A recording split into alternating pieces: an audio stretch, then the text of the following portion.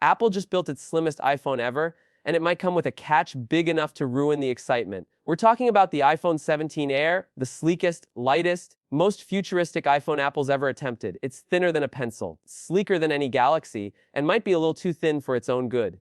Why? Because all that elegant design seems to be squeezing out something critical: battery life. According to multiple leaks, the iPhone 17 Air could come with a shockingly small battery that might not even last you a full day. And this isn't some budget iPhone. It's one of the most talked about flagship devices Apple is about to drop. So now the question becomes, is Apple trading power for prettiness? Welcome back, viewers. James here. If you love leak breakdowns, brutally honest Apple updates, and smooth tech storytelling that cuts through the noise, make sure to like this video, share it with your friends, and smash that subscribe button so you don't miss a single update. Now, let's dive into the good stuff, because this iPhone 17 Air is no ordinary device. We're talking about a phone that's just 5.5mm thick. That's thinner than the iPod Nano, thinner than most USB-C cables. And somehow, Apple still managed to fit in a gorgeous 6.6-inch display with a buttery smooth 120Hz refresh rate. It's called the Super 10X panel, and from what insiders are saying, it's designed for extreme sharpness, vibrant colors, and motion so fluid you'd think the phone is reading your mind. For streamers, gamers, and scrollers alike, but there's a twist. Because despite how incredible that screen sounds, it's also hungry.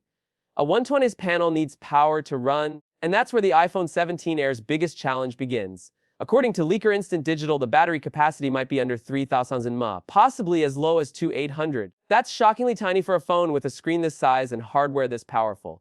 In comparison, the current iPhone Pro Max models pack nearly 5,000, and even that's sometimes not enough for power users. So how exactly is the 17 Air supposed to survive your average day? Well, Apple thinks it has a trick up its sleeve. Enter iOS 26 new adaptive power mode. It's not just low power mode 2.0. It's a dynamic system that intelligently lowers screen brightness, limits background apps, reduces refresh rate, and optimizes every bit of performance on the fly. If you're just reading an email, it'll tone everything down. Watching a video, it'll kick up just enough juice.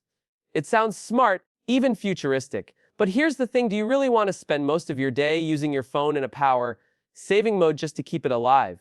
A recent user poll might have the answer. When asked if they'd be okay relying on battery-saving software or carrying a battery case, nearly 78% said no. Only 5% believe that software alone could solve the issue. The rest, well, they said they'd only consider buying the phone if it was significantly cheaper than the Pro models. So clearly, people love the design, but not if it means babysitting their battery or slapping a chunky case on an ultra-thin device. And yes, a battery case is already rumored to be in development just for this model. Ironic, right? Still, let's give credit where it's due. Apple's not just cutting corners, they're trying to innovate around the limitations.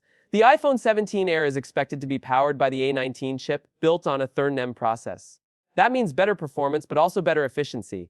Combine that with 12 GB of RAM, and you're looking at flagship tier speed in an ultra-portable package.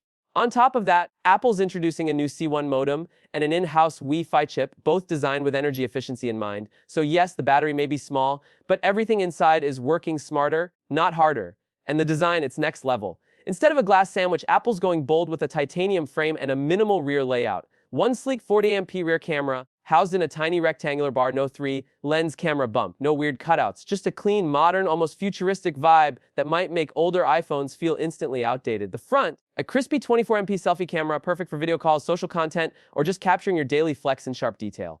Now, it's important to realize that Apple isn't positioning the 17 Air as the ultimate all-in-one flagship. That crown still goes to the iPhone 17 Pro Max, which reportedly boasts a 6.9-inch display and a massive 5,000 mAh battery. That phone is for the hardcore, the power users, the photographers. But the 17 Air, it's something different. Apple might be carving out an entirely new lane of style, first ultra-thin device for people who value elegance, minimalism, and portability over all else. And this strategy could actually work if the price is right. Because if Apple prices the iPhone 17 Air close to the Pro models, most buyers will expect Pro-level endurance. But if it drops several $100s below and is marketed as a modern, lightweight iPhone for everyday use, it might just hit the sweet spot.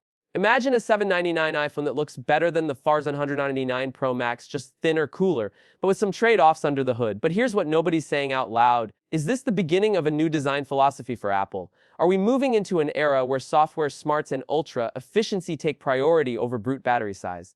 Is this Apple's way of future-proofing its lineup, training users to expect less physical bulk in exchange for smarter systems?